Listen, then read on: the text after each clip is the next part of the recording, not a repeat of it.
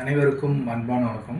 இப்போ இன்றைக்கி நம்ம பார்க்கக்கூடியது பார்த்திங்கன்னா ஹைப்போதைராய்டு. சரிங்களா? அது என்ன, அதோட இயக்குமறிப்பு, அதனால என்னென்ன பிரச்சனைகள் வரும், அதை எப்படி நம்ம சரி பண்ணுறது, என்ன வர்ம புள்ளிகள் கொடுத்தா சரியாகும் அப்படின்றத பார்ப்போம். ஹைப்போதைராய்டுனா என்னென்னா, இப்போ நம்ம சாப்பிட்ற சாப்பாடு ஜீரணமாகும்.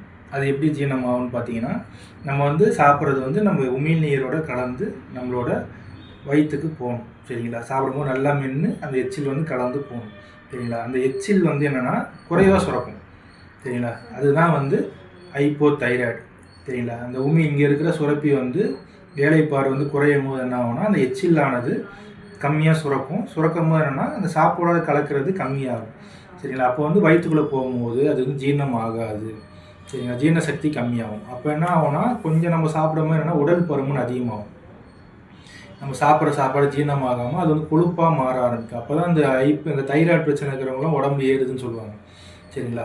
அப்போ அந்த பிரச்சனை இப்படி இருக்கும். சரிங்களா? இதை எப்படி நம்ம சரி பண்ணுறது, என்ன வர்மப்பள்ளி கொடுத்தா சரியாகும்னு பார்த்தீங்கன்னா, அது பேர் சுமை வர்மம்.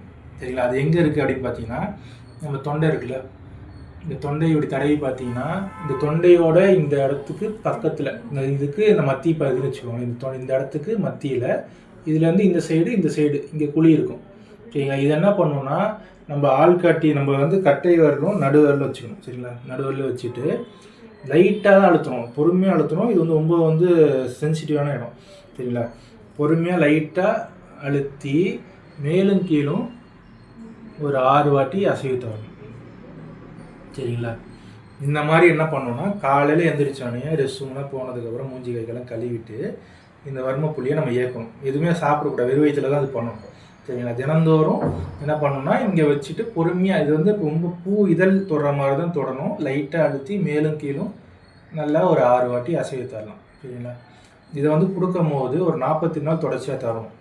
தந்தீங்க அப்படின்னா படிப்படியாக அந்த ஹைப்போதைராய்டு பிரச்சனை உங்களுக்கு குறையிறத நீங்கள் நல்லா பார்க்கலாம். சரிங்களா? இதை தினமும் நம்ம இயக்கி இந்த பிரச்சனையை இருக்கிறவங்க சரி பண்ணிக்குவோம். சரிங்களா? நன்றி, வணக்கம்.